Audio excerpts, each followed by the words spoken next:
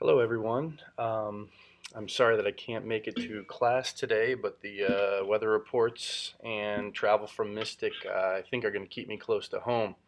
But I did want to participate as best I could, so I've put together 5 minutes of kind of a brief overview of the iPad pilot that we're running for Brantford Public Schools.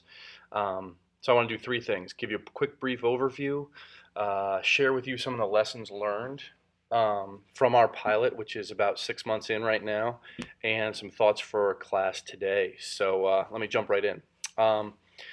We secured a private donor about a year and a half ago in Brantford who was interested in providing funds to support equity access to the internet. Long story short, we helped explain that that wasn't an issue in Brantford, but that we've been looking to pilot a one-to-one project in the district. They bought it, said yes, and provided funds for a third of our eighth grade students to to receive iPads in a one-to-one model. So we picked one of our three eighth grade teams. So there's about 100 students with iPads this year. The plan for next year is to expand that to all three teams in eighth grade, and actually one of them will be a mixed seventh and eighth grade team. So we will even start seating seventh grades with iPads. So next year it'll be a full rollout for all eighth grade and some seventh grade. This matches with our current Bring Your Own Technology program at the high school, as well as a smaller iPad pilot in 6 classrooms at our third and fourth grade level. And eventually the plan is to expand up from third and fourth grade level, up and down from eighth grade to cover third through 12th grade, hopefully within the next 4 to 5 years, so that we would be almost entirely a one-to-one iPad school for now. There are interesting technologies that are not iPads, Android-based devices like a Nexus 10 or Chromebooks and so forth that we continually to look at as well. But that's where we're at, kind of a brief overview right now. All right, some lessons learned. One of the first lessons we learned was not to chase apps. I lobbied to keep the iPads more open up front so that we could have more app discovery by teachers, by students, by everyone involved in the project because it was a pilot as it rolled out.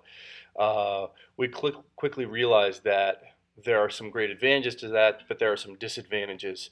Um, I guess so. Around this particular topic, don't chase apps, which leads into kind of point two.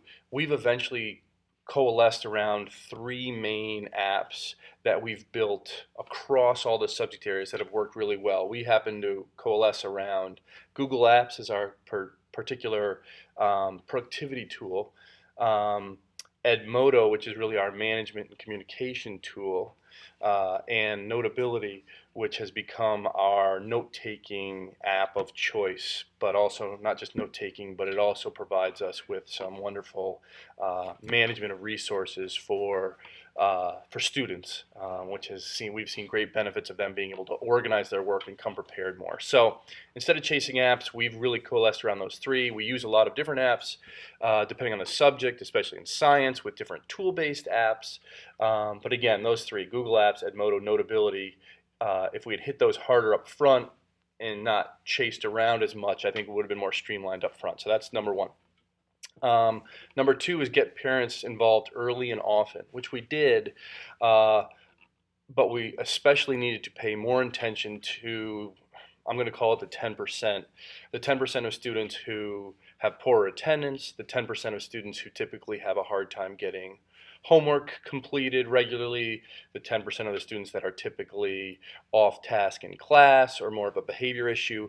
It would have been more helpful if we had reached out specifically to some of those parents to enlist their help early.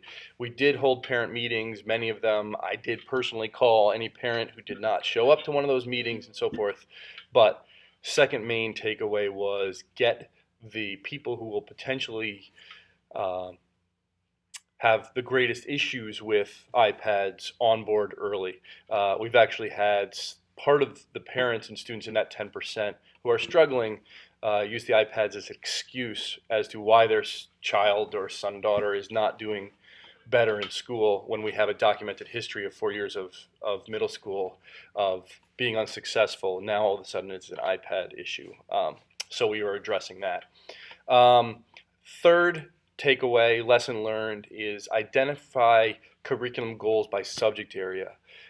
We really did the curriculum planning and the launch planning around the team, the eighth grade team, which included a member from science and social studies and math and language arts and world languages and special education. Those are important conversations to have as a team, especially coalescing around a core set of iPad apps or tools. But where the real benefits have come in are the one-on-one check-ins that I've had with individual teachers so that we can really dive deep on their particular areas to match apps, to match curriculum goals, to talk about their particular issues.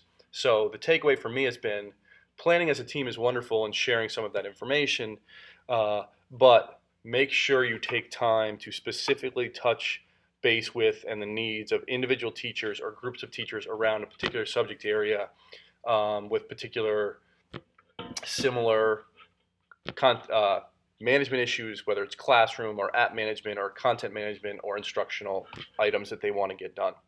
The last piece of takeaway is this is hard work.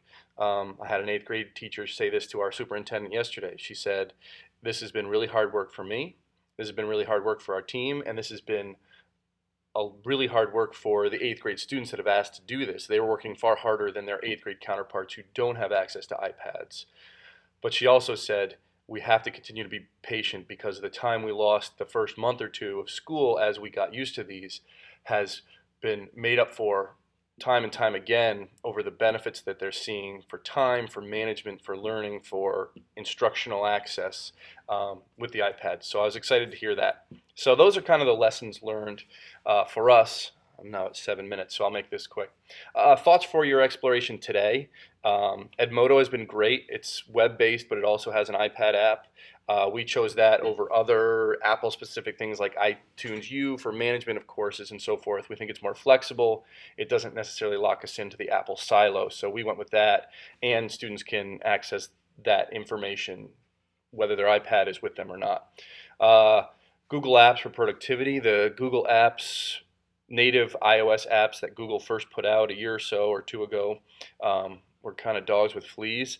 They have gotten far better from a design perspective, reliability perspective, and we use the Google Apps, individual Google Apps on iOS for email, for access to Google Drive, those two predominantly, and those have been great because again, those can go back between iPad and any web-based machine. Last but not least, Notability. I believe that's a paid app, but it has been wonderful for our students to take notes, to do some close reading with PDF files or screenshots of documents, and it's been actually even better for organizing them as a kind of a virtual notebook for their different classes in one place.